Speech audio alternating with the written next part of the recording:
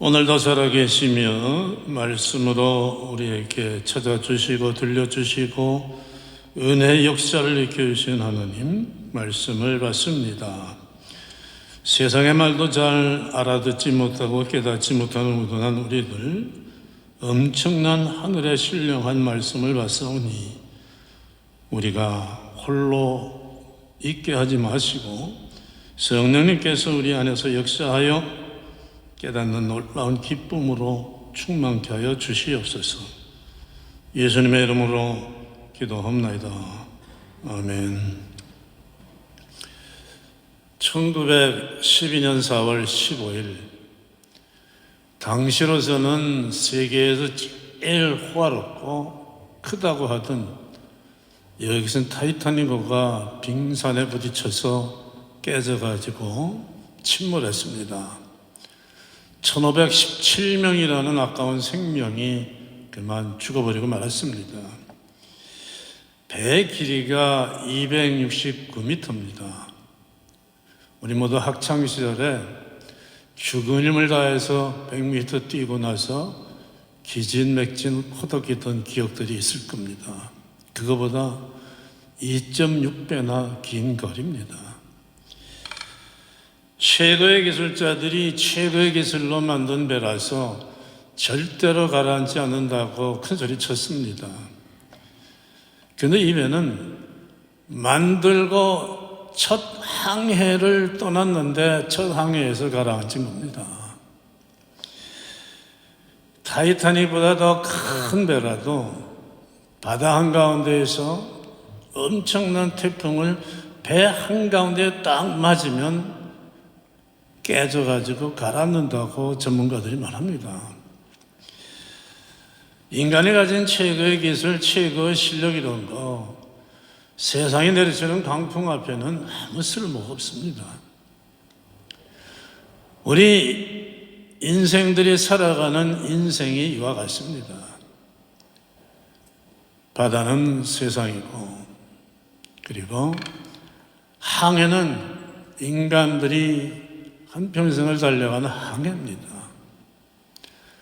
그리고 허덕이면서 이 세상을 살아가는 인간들은 바다에 떠서 달려는 배와 똑같은 겁니다. 그 크고 화려했던 절대 가라앉지 않는다고 하던 타이타닉호가 빙산에 부딪혀서 깨져 가라앉듯이 성공한 것 같이 달려던 인생도 어느 날 세상의 강풍이 내려치면 그 인생은 한순간에 깨져서 침몰하고 맙니다. 제가 가까이 지내던 동창 중에 30대 초반이라는 젊은 나이에 제법 돈을 많이 벌었던 친구가 있습니다. 큰 증권회사에 다녔는데 증권회사를 좀 오래 다니다 보니까 돈의 흐름이 눈에 보입니다. 아, 이렇게 하면 되겠구나. 그래서 그 투자한 고객들의 돈을 맡아서 관리하는 업무인데 잠깐 틈새를 파고 들어가지고 고객의 돈으로 주식을 사고는 했습니다. 얼른 되팔아서 돈을 남기고 그 고객의 돈은 제자리에 돌려놓고 했습니다. 한참은 재미있게 돈을 벌었어요. 그런데 광풍이 내려쳤습니다. 절대 안전하다고 경험상 믿고서 샀던 회사의 주식이 푹썩 주저앉았습니다. 결국은 공금위험죄로 감옥에 갔어요. 전과자가 됐습니다. 인생이 망가졌습니다. 인간의 실력이나 자신감이나 경험이나 경력이나 이런 거는 세상에 한번 광풍을 내려치면 다 소용없습니다. 깨져나갑니다. 그래도 1997년에 IMF라는 광풍이 한국에 몰아치니까 대마불사라는 말이 무색할 정도로 큰 어마어마한 재벌들 여럿이 사라지고 말지 않았습니까? 광풍은 언제 어느 방향에서 닥칠지 모릅니다.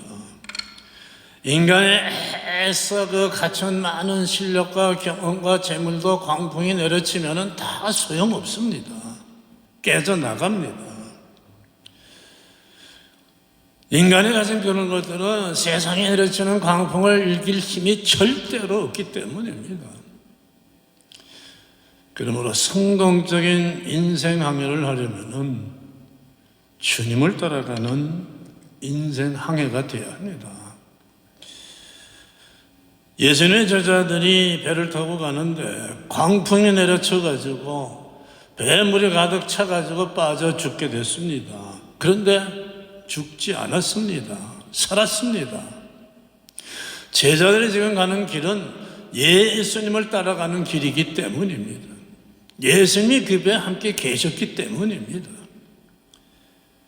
그래서 살았습니다. 아니면 죽었습니다. 제자들이 그 죽을까봐 두려워하던 광풍 아무것도 아니었습니다. 예수님이 꾸짖으시니까 아무 소리 없이 잠잠해지고 말았습니다. 인생을 깨부수면서 고통스럽게 만드는 세상에 내려치는 광풍들은 인간들에게는 문제고 인간들에게만 고통스러운 거지 주님에게는 아무것도 아닙니다.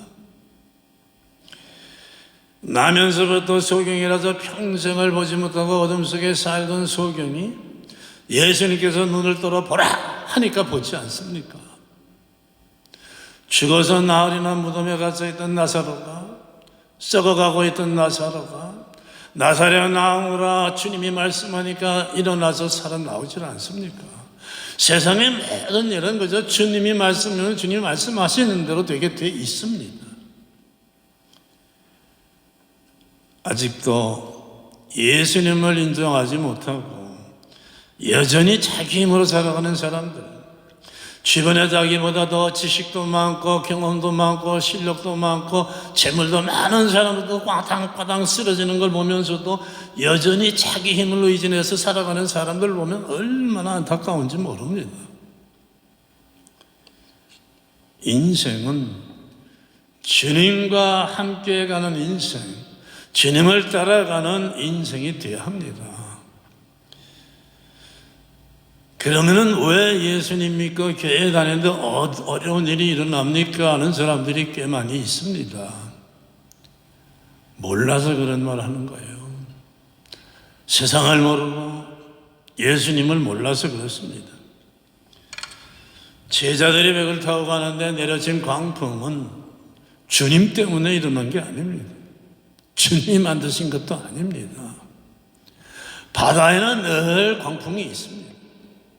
똑같이 세상에도 많은 고난과 문제들이 있습니다. 그래서 인생을 고해라고 그랬잖아요. 고난의 바다라고.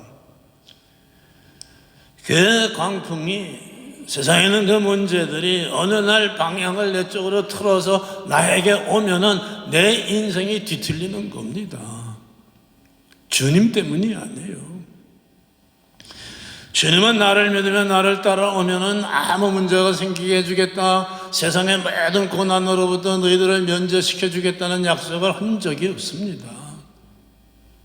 주님이 약속해 주시는 건 환난 날에, 광풍이 불어올 때 너희들이 나와 함께 있으면 그 광풍을, 그 고난을 이기게 해주시겠다는 거예요. 이기면 되지 않습니까? 그까짓 것. 못 이기니까 문제지. 아브라함이 고향에서 편안하게 사는데 하나님께서 고향을 떠나라 해서 아브라함이 하나님을 따라서 고향을 떠났습니다. 하나님을 따라가는데도 얼마나 많은 위험한 일을 겪습니까? 그러나 그때마다 하나님이 함께 하신 하나님이 이기게 해주시질 않습니까? 놀라운 방법으로 이기게 해주시니까 그걸 보던 주변의 여러 왕들이 놀라서 아브라함에게 보물을 바칩니다. 어려운 일을 만나다 하나님이 이기게 해주시고 그 어려움을 복으로 바꿔주셨어요. 야곱도 요셉도 다윗도 하나님이 하라는 대로 하고 하나님이 가라는 대로 가는데 얼마나 많은 어려움을 겪습니까? 그런데 하나님께서 다 이기게 해주시지 않았습니까? 애굽에서 비참하게 노예 생활을 하던 이스라엘 백성들이 하나님께서 가나안을 떠나 애굽으로 하시자 애굽을 떠나 가나안으로 갈 때 그렇게 이스라엘 백성들을 괴롭히는 애굽 왕이 은근 폐물을 주면서 떠나게 하지 않았습니까? 가나안에 도착해서 이스라엘이라는 나라를 세울 때도 주변에 있는 가나안의 여러 왕들이 얼마나 쳐들어오고 괴롭혔습니까? 하나님이 가라고 하신 것으로 가는데도 광풍이 계속 몰아쳤어요. 그런데 그때마다 하나님이 이기게 해주셨습니다. 이걸 보고 놀란 가나안 왕들이 보물을 바치지 않습니까? 예수님의 제자들은 평생을 억울로 살았습니다. 물에 대해서는 잘 압니다. 그러나 자기들의 지식과 경험이 이 광풍하면 아무 소용이 없었어요. 죽게 됐습니다. 인간이 하신 것들은 세상에 광풍이 내려칠 때는 속수무책이 그런 건 이길 수가 없습니다. 어느 날 인생에 산한 광풍이 불면 모든 게 다 파괴되는 거예요. 사업도 직장도 건강도 다 깨집니다. 죽음이라는 광풍에서는 더 말할 것 없이 속수무책이에요. 누구도 도와주질 못합니다. 오직 주님만이 맡아주십니다. 오늘 사건이 보여주는 중요한 것은 제자들이 광풍이 불 때 주님과 함께 가고 있었다는 겁니다. 내 인생이 주님을 따라가는 인생이면 아무리 어려운 일이 생겨도 하나도 걱정할 거 없습니다. 제자들이 했던 것처럼 하면 됩니다. 제자들이 주님을 깨우고 주님에게 간구했듯이 우리가 그냥 주님을 부르고 주님에게 간구하면 주님이 이기게 해주시는 겁니다. 이날 광풍이 내려져서 죽게 된 제자들을 광풍을 끄져서 잠잠하게 해주시고 구원해 주셨던 것처럼 우리도 주님과 함께 가다가 주님을 부르면은 주님께 간구하면 주님이 우리에게 닥치는 광풍을 잠잠하게 해주십니다. 인생은 그렇게 가는 거예요. 우리가 하는 일은 내 인생이 지금 주님과 함께 가고 있나 아닌가를 항상 확인하는 겁니다. 주님을 따라가야지 주님이 가시는 곳이 아닌 다른 곳으로 가면 안 됩니다.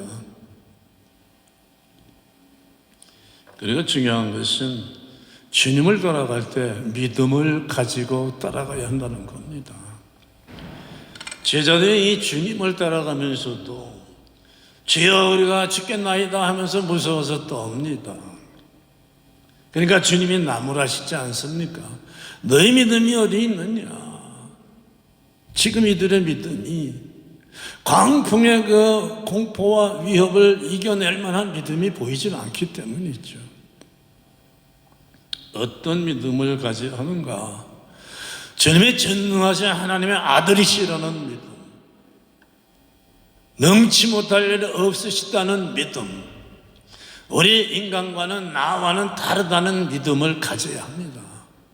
지금 제자들이 주님을 따라다니면서도 믿음이 있기는 있지만은 주님이 누구신가를 확실하게 알지 못하고 있습니다. 그러니까 이분이 누구시길래 바람과 물결을 꾸짖어서 재우시느냐 하지 않습니까? 자기들이 따라가고 있는 주님이 전능하신 하나님의 아들이시고 능치 못할 일이 없는 능력을 가진 주님이시라는 걸 모르고 있다는 말이에요. 그러니까 겁이 나죠. 여러분 정말 힘센 사람 그리고 이 사람의 힘을 믿고 있으면은 어디로 가든지 걱정하지 않죠. 못 믿으니까 겁이 나는 거예요. 제자들이 주님이 하나님의 아들이시고 능치 못할 일 없는 하나님의 아들로서 전능하신 능력을 가졌다고 믿었다면은 걱정하지 않았겠죠. 남의 얘기가 아닙니다. 많은 사람이 예수를 믿는다고 하고 교회를 다니면서도 어려운 일만 생기면 두려워하고 걱정하고 벌벌 떠는 게 왜 그래요? 결국은 예수님이 나에게 닥친 여러 가지 고난과 어려운 일을 잠잠히 잠재워 주실 것이라는 확신이 없으니까 두렵고 걱정이 되는 겁니다. 믿는다면 걱정하지 않죠. 제자들 이때만 그런 게 아니었습니다. 예수님이 병사들에게 붙들려서 잡혀가실 때에도 무서워서 주님을 버리고 다 도망가지 않았습니까? 그때까지도 제자들은 예수님이 전능하신 하나님의 아들로 보이지 않았어요. 무슨 일이 생겨도 능히 그걸 이겨내시는 능력을 가진 분이라는 생각이 없었던 겁니다. 있었으면 도망갔겠어요? 무슨 일 가운데도 우리를 지켜주는 전능하신 하나님의 아들이시다는 믿음이 있었으면 왜 도망갔겠습니까? 그러다 그걸 알게 되자 달라진 겁니다. 베드로는 나중에 붙잡혀서 감옥에 갇혀 있습니다. 그런데 감옥에 갇힌 베드로의 모습 보세요. 편안하게 잠을 자고 있습니다. 천사가 와서 일어나라고 깨울 때까지 잤어요. 누구의 모습입니까? 오늘 말씀에 나오는 광풍이 몰아쳐서 배가 가라앉게 됐는데도 평안하게 주무시다 예수님의 모습을 닮은 거예요. 달라진 겁니다. 믿음은 이렇게 우리를 다르게 만드는 거예요. 우리는 어떤 주님을 믿는가? 예수님은 십자가에 달려 돌아가셨다가 사흘 부활하셔 오늘도 지금도 내일도 우리와 함께 하실 그 예수님이다, 나의 주님이다 하는 믿음을 가져야 합니다. 어떤 일도 다 하실 수 있는 이 세상 어느 것도 다 이기는 전능하신 하나님의 아들이라는 믿음을 우리가 가지고 있어야 합니다. 그러면 어떤 일을 당해도 흔들리지는 않습니다. 오히려 우리 앞에서 세상이 겁을 내는 거예요. 성경은 말하잖아요. 히브리서는 이런 믿음의 사람은 세상이 감당하지 못한다고. 주님은 우리와 함께 하십니다. 우리가 어떤 어려움을 당해도 우리를 이기게 해주시는 주님이라는 믿음을 우리는 절대로 놓치지 말아야 합니다.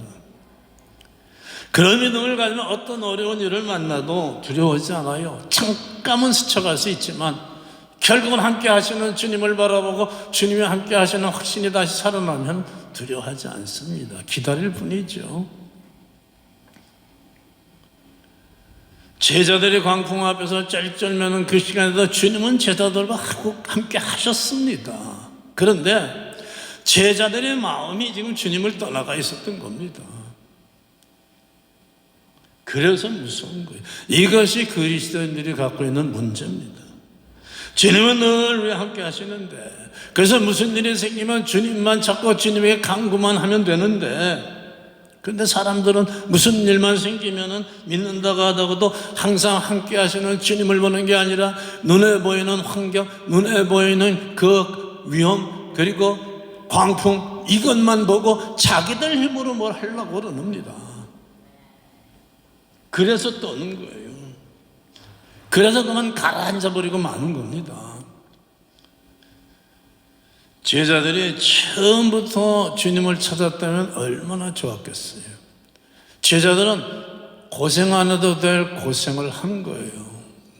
왜 자기들 힘으로 물을 퍼내려고 합니까? 간단합니다. 주님을 따라가다가 세상의 광풍이 나를 내려치면은 그래서 주님을 부르면 되는 거예요. 그게 우리가 할 일입니다. 주님 아십니다. 우리가 무슨 힘으로 이 세상의 광풍을 이깁니까? 못 이기는 거 아세요. 주님은 늘 우리와 함께 하시는데 왜 이런 일이 생겼느냐? 주님이 나와 함께 하고 있다는 걸 느끼지 못하기 때문에 그런 거예요. 왜 똑같이 예수님을 믿고 교회를 다니는데 어떤 사람은 어려운 일이 생겨도 주님이 함께 하신다는 걸 느끼는데 어떤 사람은 전혀 느끼지를 못하고 겁을 냅니까? 미국에 이민 와가지고 오랫동안 한국을 가지 못한 분에게 부모님하고 형제분들이 많이 보고 싶으겠어요? 하고 물으니까 아니요, 매일 전화도 하고 영상통화도 하니까요 괜찮아요 하고 대답을 했습니다. 여러분, 요즘은 이렇게 통신수단이 발달해가지고 전화도 자주 하고 카톡으로 메시지도 주고받고 영상통화까지 하면서 얼굴을 보니까 아무리 먼 나라에 가 있어도 그렇게 많은 느낌은 들지는 않죠. 바로 옆에 있는 것 같이 가까이 느낍니다. 그런데 셀폰도 없어, 이메일도 없어, 카톡도 없던 그 시절에는 미국과 한국은 하늘꽃 땅끝처럼 멀었어요. 국제전화 엄청 비쌌습니다. 몇 분 오면은 100불이에요. 이런 형편이니까 한국에 있는 가족들하고 자주 연락도 못하고 그렇게 시간이 가다 보니까 점점 멀리 느껴질 뿐 아니라 실제로 멀어졌어요. 사랑관계는 눈앞에서 멀어지면 멀어집니다.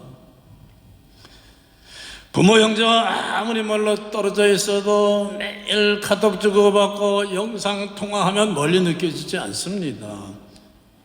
그러나 연락하지 않고 지내면 먼 사이가 되고 맙니다. 주님과 날마다 대화하고 교통하며 지내는 성도는 늘 주님을 가까이 느끼는 거예요.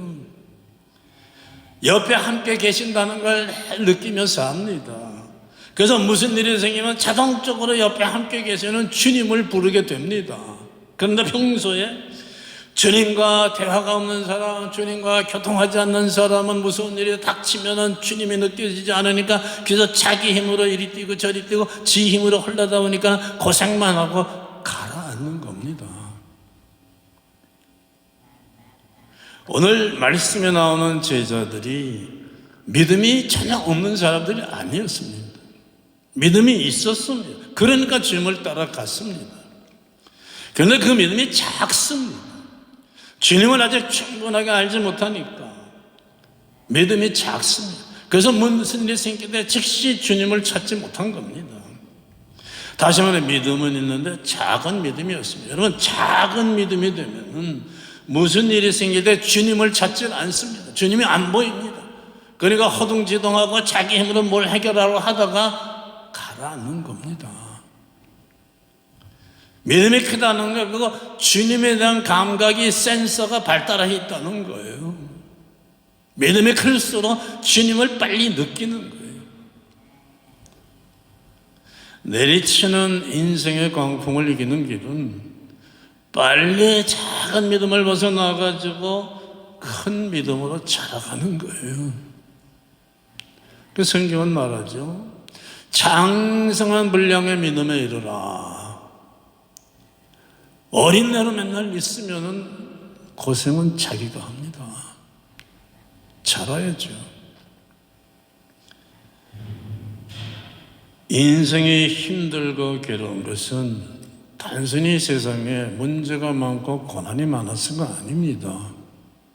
그걸 해결하지 못해서 그런 거죠.